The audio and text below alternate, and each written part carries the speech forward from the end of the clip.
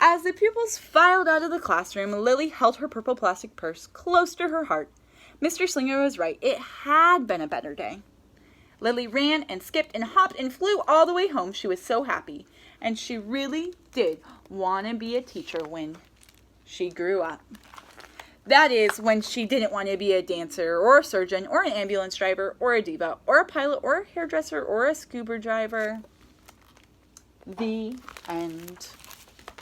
I hope you guys have a great night. And I know all of your teachers, just like Lily loved her teacher, I'm sure you all love your teachers.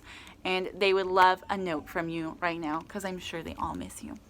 Have a great Friday night, and I'll see you tomorrow.